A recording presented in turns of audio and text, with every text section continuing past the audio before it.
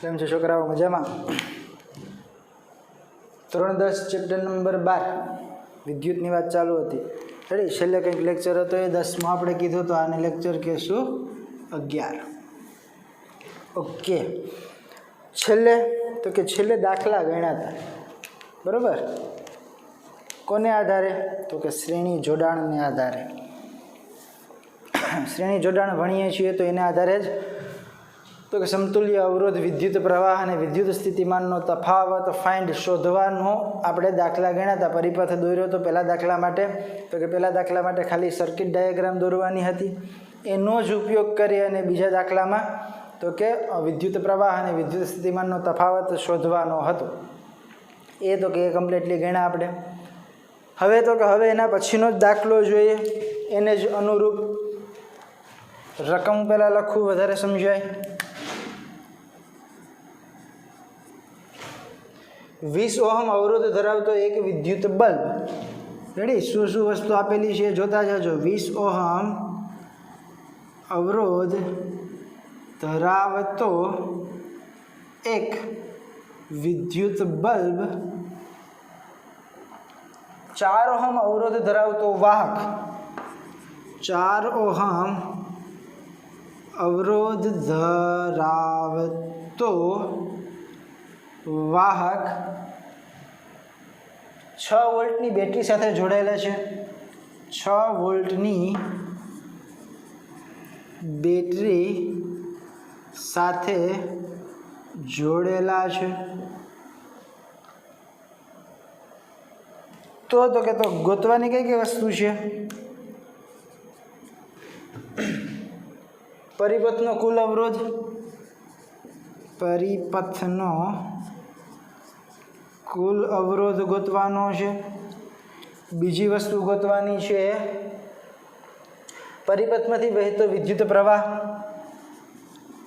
પરિપથમાંથી વહેતો વિદ્યુત પ્રવાહ. અને ત્રીજી વસ્તુ છે વિદ્યુત બલ્બના 2 છેડા તથા વાહકના 2 છેડા વચ્ચેનો વિદ્યુત સ્થિતિમાનનો તફાવત. વિદ્યુત બલ્બના 2 છેડા તથા વાહકના 2 છેડા વચ્ચેનો વિદ્યુત સ્થિતિમાનનો તફાવત. ઓકે. આપેલી કેટલી વસ્તુ છે અને ગોતવાની કેટલી છે જોઈ લઈએ. 20 ઓહમનો અવરોધ ધરાવતો એક બલ્બ આપેલો છે, સાથે 4 ઓહમનો અવરોધ ધરાવતો વાહક આપેલો છે, 6 વોલ્ટની બેટરી સાથે એને જોડેલા છે. જો એટલી વસ્તુ આપેલી હોય, જો શ્રેણીમાં છે, રેડી? તમને સર્કિટ ડાયાગ્રામ સાથે આપેલો હોય તો તમે ઇઝીલી ઓળખી શકો કે શ્રેણીમાં છે કે સમાંતરમાં છે. એટલી વસ્તુ આપેલી છે તો પરિપથનો કુલ અવરોધ ગોતવાનો છે. કુલ અવરોધ એટલે તો કે R એ સમતુલ્ય અવરોધ. પરિપથમાંથી વહેતો વિદ્યુત પ્રવાહ, કુલ વિદ્યુત પ્રવાહ કેટલો વહે છે એ ગોતવાનું છે. વિદ્યુત બલ્બના 2 છેડા અને વાહકના 2 છેડા વચ્ચેનો વિદ્યુત સ્થિતિમાનનો તફાવત. સૌથી પહેલાં કામ કરશું એ સર્કિટ દોરશું. જે વસ્તુ આપેલી છે સૌથી પહેલાં તો કે 6 વોલ્ટની બેટરી આપેલી છે, બરાબર છે? તો આ થઈ તો કે 6 વોલ્ટની બેટરી પ્લસ માઇનસ, બરાબર? 20 ઓહમનો એક અવરોધ છે અને 4 ઓહમનો એક અવરોધ છે. ઓકે. એ 2 અવરોધ દોરી નાખીએ. રેડી? આ છે તો કે R1 અને કહી દઉં કેટલા ઓહમનો છે તો કે 4 ઓહમનો છે. સાથે હજી એક વસ્તુ આપેલી છે. કઈ? તો કે સાથે હજી એક વસ્તુ આપેલી છે તો કે લેમ્પ. રેડી? લેમ્પની સંજ્ઞા આવી આપણે કીધી હતી. એ કેટલી છે તો કે એને R2 કહી દઉં. કેટલું છે તો કે 20 ઓહમની અવરોધ ધરાવતું છે. ઓકે, બરાબર? વચ્ચે કળ રાખી દઉં. ગોતવાનું શું છે તો ગોતવાનું છે પરિપથનો કુલ અવરોધ ગોતવાનો છે. વહેતો વિદ્યુત પ્રવાહ ગોતવો હોય તો હું વચ્ચે તો કે એ મીટર મૂકી દઉં, બરાબર? એનું રીડિંગ લઈ લઈએ. ડાયરેક્ટલી પ્રેક્ટિકલી વાત કરીએ તો મળી જાય.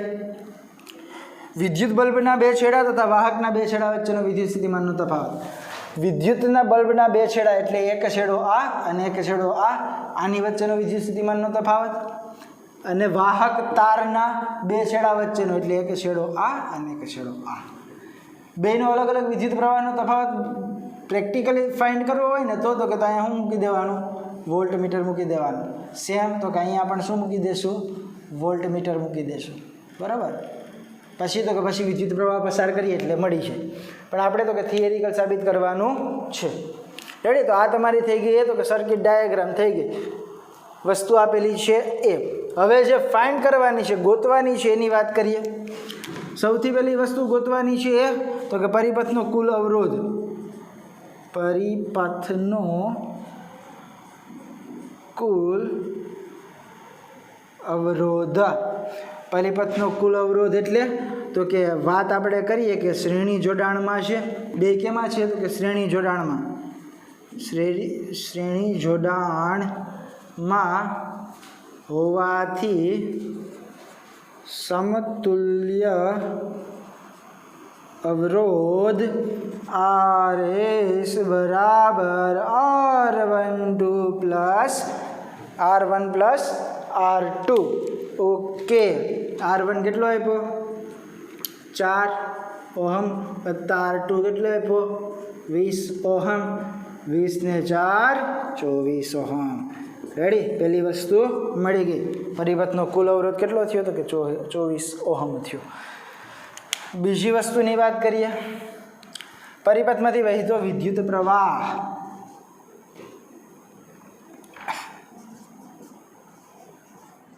પરિપથમાંથી વહેતો વિદ્યુત પ્રવાહ. પરિપથમાંથી વહેતો વિદ્યુત પ્રવાહ. પરિપથ એમીટર જોડેલું હોય એટલે તો કે અહીંયા જે રીડિંગ આવે એની વાત કરવાની છે. રેડી. એક સૂત્ર આપણે યાદ જ છે. કયું છે તો કે V = IR. આખા પરિપથનો કીધો એટલે તો કે IRS. બરાબર. આખા પરિપથની વાત કરી ભાઈ એટલે એ વસ્તુ ભૂલાય નહીં. ઓકે. V બરાબર તો કે વિદ્યુત પ્રવાહ ગોતવો ને તો આઈને સૂત્રનો કરતા બનાવી નાખીએ. I = V/RS. V ની કિંમત તો કે V ની કિંમત આપી દીધી કેટલી છે 6 વોલ્ટ થશે ને. ઓકે. છેદમાં RS 24 બરાબર છે. કેટલો થાય તો કે 6/24 ઓહમ. 6 4 24 1/4 0.25 થશે ને. ઓકે. આઈ એકમ શું લખશું એમ્પિયર. એકમ લખવાનો ભૂલવાનો નહીં. મળી ગયો. આઈ કેટલો મેળો 0.25 એમ્પિયર. ક્લિયર. વસ્તુ નંબર 3. વિદ્યુત બલ્બના બે છેડા તથા વાહકના બે છેડા વચ્ચેનો વિદ્યુત સ્થિતિમાનનો તફાવત. રેડી. હવે જો અહીંયા ખાસ ધ્યાન રાખવાનું કઈ વસ્તુ વાત કરી તો કે વાહક તારના બે છેડાનો અહીંનો વિદ્યુત સ્થિતિમાનનો તફાવત અને અહીંનો વિદ્યુત સ્થિતિમાનનો તફાવત. અહીંનો અને અહીંનો. રેડી. અલગ અલગ ગોતવાનો છે. આખા પરિપથની વાત કરી નથી. આખા પરિપથની વાત કરી હોત તો કે ટોટલ અવરોધ લે. અહીંયા પર્સનલ પર્ટિક્યુલર અવરોધની વાત કરી છે એટલે સૂત્રમાં મૂકતી વખતે ખાસ ધ્યાન રાખવું. રેડી. હવે વાત કરીએ તો કે સી શું છે. પહેલાં તો વિદ્યુત બલ્બના બે છેડા વચ્ચેની વાત કરીએ તો કે વિદ્યુત બલ્બના બે છેડા વચ્ચેનો વિદ્યુત સ્થિતિમાનનો તફાવત. રેડી. એના માટેનું સૂત્ર તો કે એના માટેનું સૂત્ર છે V = IR. ગોતવાનું છે તો કે વિદ્યુત સ્થિતિમાનનો તફાવત. સૂત્ર બરોબર જ છે. I ની કિંમત તો કે I ની કિંમત 0.25 એ તો કે શ્રેણી જોડાણમાં હોવાને લીધે તો કે આખા પરિપથમાં I કોન્સ્ટન્ટ અચળ જ રહેવાનો. એના મૂલ્યમાં કોઈ જાતનો ફેરફાર થશે નહીં. કેટલી છે તો કે 0.25 ગુણ્યા R. કોની વાત કરીએ તો કે વિદ્યુત બલ્બના બે છેડા વચ્ચે. અહીંની વાત કરીએ તો કે તો R2 જ લેશું આપણે, આખાની વાત કરતા નથી. કેટલું છે તો કે 20. ઓકે, ગુણાકાર કરો તો કે 4 1/4 20 એટલે 5 ચોક 20. રેડી ને 5 V = 5 વોલ્ટ. ખબર ને પોઈન્ટ પછી ગુણ્યા 20 એટલે 5 આવે, પોઈન્ટ પછી એટલે 1/4 ઉપર 20 છેદ ઉડાડો એટલે 5 આવશે. બરાબર. આ વાત થઈ તો વિદ્યુત બલ્બના બે છેડા વચ્ચેનો વિદ્યુત સ્થિતિમાનનો તફાવત. હવે વાત કરીએ તો કે વાહકના બે છેડા વચ્ચેના વિદ્યુત સ્થિતિમાનનો તફાવત અલગ અલગ ગોતવાનું કીધું. વાહકના બે છેડા વચ્ચેનો વિદ્યુત સ્થિતિમાનનો તફાવત V = IR. આઈની કિંમત 1/1.25. આરની કિંમત હવે કઈ લેવાની છે એમાં ભૂલ ન થાય. કોની વાત કરી તો વાહકના બે છેડા, વાહક અહીંયા રહ્યો, વાહકના બે છેડા વચ્ચેનો વિદ્યુત સ્થિતિમાનનો તફાવત ગોતવા માટે અવરોધ પણ આ જ લેવો પડશે. કેટલો છે તો કે 4. 1/4 ગુણ્યા 4 = 1/1. બરાબર. ક્લિયર. 0.25 ગુણ્યા 4 કરશો એટલે જવાબ કેટલો આવશે તો કે 1. કઈ રીતના 0.25 એટલે 1/4 ગુણ્યા 4, 4 ગયા, 1 વધશે. રેડી. જો આ એક વસ્તુ જોયા જેવી છે. આનો અવરોધ આગળથી તો કે પહેલેથી આપણે શ્રેણી જોડાણ ભણી અહીંયાથી કથા કરતા આવીએ કે જેટલા પણ અવરોધ હોય એ અવરોધ તો કે દરેક અવરોધના વિદ્યુત સ્થિતિમાનના તફાવત અલગ અલગ હોઈ શકે. મતલબ તો કે આના માટેનો વિદ્યુત સ્થિતિમાનનો તફાવત 1 આવ્યો, આના માટેનો 5 આવ્યો, એમ અલગ અલગ હોઈ શકે. પણ જેટલા અવરોધ છે એ બધાયના વિદ્યુત સ્થિતિમાનના તફાવતનો સરવાળો આના જેટલો થવો જોઈએ. જોઈ લો. આ તો કે આના માટેનો 5, આના માટેનો 1, ટોટલ તો કે 6 વોલ્ટ થાય કે નહીં? આના જેટલું થવો જ જોઈએ તો જ સાચું છે. હજી ત્રીજો આપ્યો હોય અવરોધ, બરાબર, તો ત્રીજા અવરોધને આમાં એડ કરી દેવાનો, એનો તો અલગથી વિદ્યુત સ્થિતિમાનનો તફાવત ગોતવો હોય તો મળી જાય. રેડી. કર્યું શું તો કે પહેલાં જે કીધું એ તો કે સર્કિટ દોરી નાખી. રેડી. સર્કિટ આપેલી હોય તો કોઈ પ્રશ્ન નથી, ન હોય તો દોરી નાખવાની. પછી જે વસ્તુ ગોતવાની કીધી, પરિપથનો કુલ અવરોધ શ્રેણી જોડાણ છે. કુલ અવરોધ RS = R1 + R2 + R3 + R4. મતલબ તો કે ટોટલ જેટલા પણ અવરોધ છે એનો સરવાળો જે કરી નાખો, 24 મેળવો. પછી તો કે પરિપથમાંથી વહેતો વિદ્યુત પ્રવાહ ગોતવો. રેડી. વિદ્યુત સ્થિતિમાનના તફાવત, બે છેડા વચ્ચેનો વિદ્યુત સ્થિતિમાનનો તફાવત ખબર છે, Vનું મૂલ્ય ખબર છે, Rનું મૂલ્ય ખબર છે, Iનું મૂલ્ય ગોતવું. તો સૂત્ર V = IR. પરિપથ આખાનો છે એટલે અવરોધ કુલ આવશે. રેડી. એકલાનો નથી, આખાનો છે એટલે તો કે કુલ અવરોધ આવશે. આઈને સૂત્રનો કરતા બનાવ્યો V/R. R એટલે કયો? ટોટલ અવરોધ. Vની કિંમત 6, Rની કિંમત 24, 6/24, 0.25. વિદ્યુત પ્રવાહ I મળી ગયો. એના આધારે તો કે બે છેડા વચ્ચેનો વિદ્યુત સ્થિતિમાનનો તફાવત, આ બે છેડા વચ્ચે અને આ બે છેડા વચ્ચે વિદ્યુત સ્થિતિમાનનો તફાવત શોધવાનો છે. બંને અલગ અલગ છે, પર્ટિક્યુલર ફાઇન્ડ કરવાનો છે. એટલા માટે R આપેલો છે અહીંયા, આના માટે R આ થાય, આના માટે R આ થાય. આ બધાય માટે તો કે સમાન થશે. શું કામ? તો કે શ્રેણી જોડાણ છે, બધાયમાં અવરોધ વિદ્યુત પ્રવાહનું મૂલ્ય સમાન હશે. I ખબર છે, R ખબર છે, તો V મળી જાય. કયા સૂત્રથી? તો કે V = IR. ક્લિયર. પહેલાં બલ્બ માટે મેળવી લીધો, પછી વાહક તાર માટે મેળવી લીધો. બે અલગ અલગ. ધ્યાન શું રાખવાનું કે બેનો સરવાળો પાછો તો બેટરી જેટલો થવો જોઈએ, એ ભૂલ થવી જોઈએ નહીં. ક્લિયર. જોઈ લ્યો દાખલો.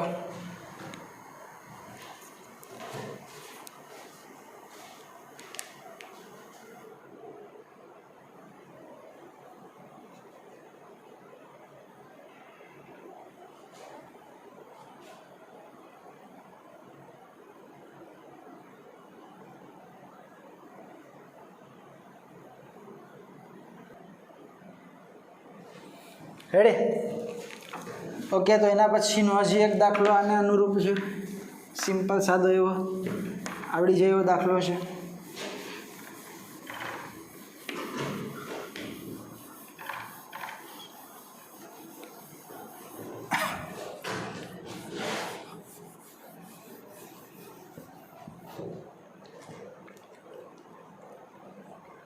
નવ વોલ્ટની બેટરીને અવરોધો, જોજો ભાઈ રકમ આમું, 9 વોલ્ટની બેટરીને અવરોધો ક્યાં ક્યાં આપ્યા? 0.2, 0.3, 0.4, 0.5 અને 12. અવરોધો 0.2 ઓહમ, 0.3 ઓહમ, 0.4 ઓહમ, 0.5 ઓહમ અને 12 ઓહમ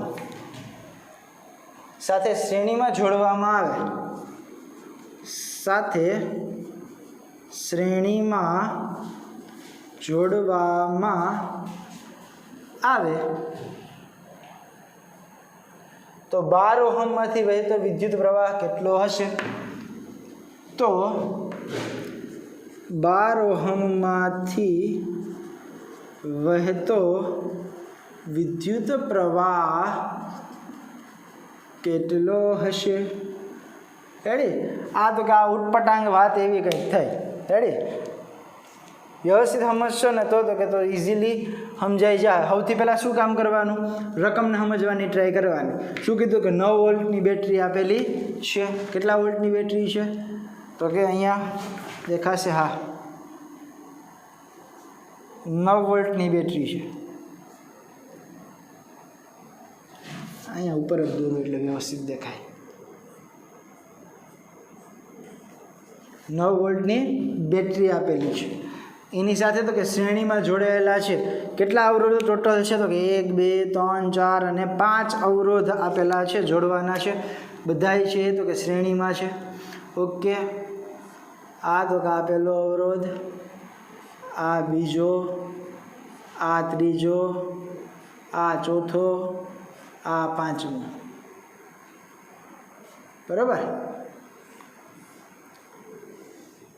આની સાથે તો આની સાથે કડ જોડી દઈએ, સાથે એ મીટર જોડી દઈએ. Okay, ready? કેટલાના છે? તો કે 0.2, 0.3, 0.4, 0.5 અને 12. આને હું નામ આપી દઉં R1, R2, R3, R4, R5. Ready? તો કે ગોતવાનું કેટલું છે ખાલી? તો કે 12 ઓહમમાંથી વહેતો વિદ્યુત પ્રવાહ.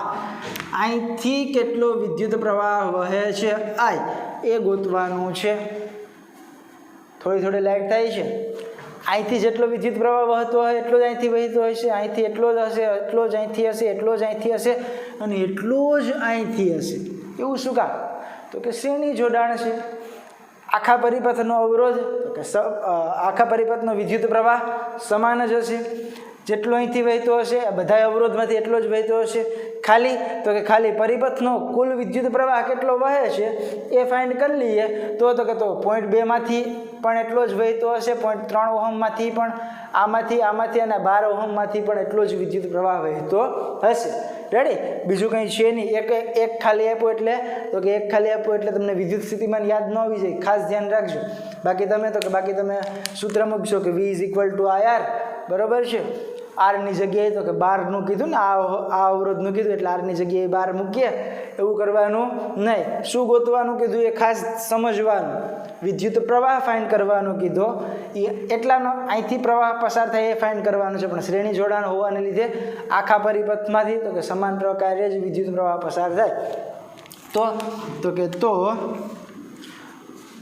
આમ જ કરવાનું થાય. V = IR. આખા પરિપથનો છે એટલે RS ની વાત કરશું.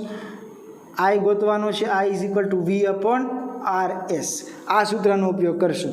એના માટે આપણે જરૂર છે તો કે Vની વિદ્યુત સ્થિતિમાન બે છેડા વચ્ચેનું છે 9 વોલ્ટ. RS જો અહીંયા ખાસ ધ્યાન રાખજો, 12 ઓહમનું કીધું એટલે 12 અહીંયા નહીં રાખી દેવા. બરાબર છે? શું કામ? તો કે આખામાંથી વહેતો વિદ્યુત પ્રવાહ કેવો હશે? તો કે આખામાંથી વિદ્યુત પ્રવાહ સમાન જ હશે એટલે અવરોધ આવશે, કુલ અવરોધ આવશે RS સમતુલ્ય અવરોધ. એટલા માટે આપણે એને ફાઇન્ડ કરી લઈએ કે શ્રેણી જોડાણ હોવાથી, તો કે શ્રેણી જોડાણ હોવાથી કુલ અવરોધ RS = R1 + R2 + R3 + R4 + R5. Okay. 0.2 + 0.3 + 0.4 + 0.5 + 12. 0.2 ને 0.3 0.5 ને 0.4 9 ને 1.4 વત્તા 12 12 ને 1 13.4. ક્લિયર? RS ટોટલ અવરોધ તો કે 13.4 ઓહમ થયો. હવે તો અહીંયા મૂકી દેવાય એટલે તો કે ડાયરેક્ટલી મળી જાય. I બરાબર V કેટલો છે તો કે 9 વોલ્ટ. RS કેટલો મળ્યો તો કે 13.4 ઓહમ. 0.967 જેવું મળતો હશે. 0.67 એમ્પિયર. રેડી?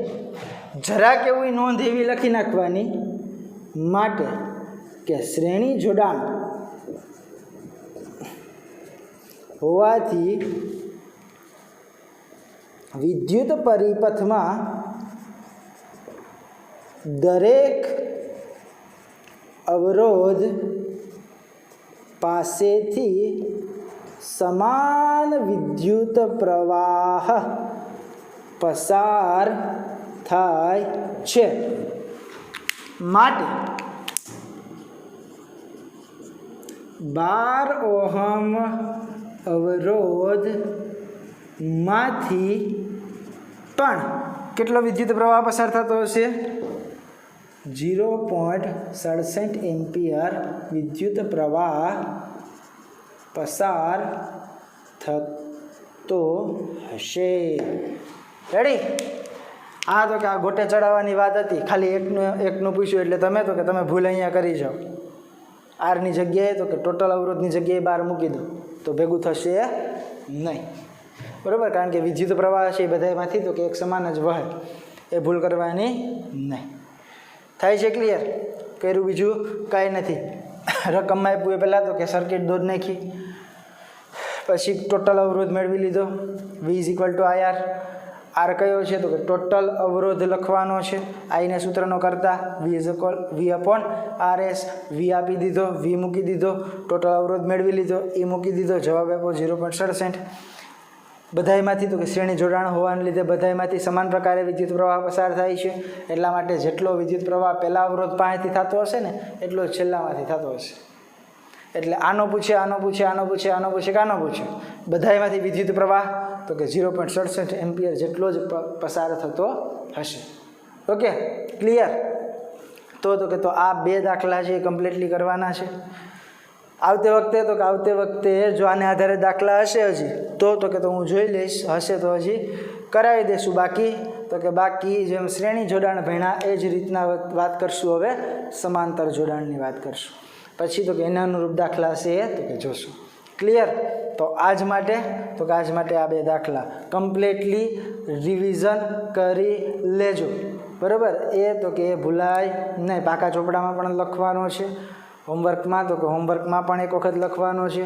કઈ રીતના તો કે પાકા ચોપડામાં લખાઈ જાય એના પછી તો કે હોમવર્કમાં લખો ત્યારે એક વખત વ્યવસ્થિત રીતે નજર ફેરવી લેવાની, પછી રકમ લખી લેવાની, અને રકમ લખ્યા પછી પોતાની રીતે ગણવાની ટ્રાય કરવાની. રેડી? કોપી મારવાની જરૂર છે નહીં. જેમ રકમ સમજશો એમ દાખલો ઇઝી લાગશે. ક્લિયર? તો આજ માટે એટલું. બાકીનું નેક્સ્ટ ટાઈમ.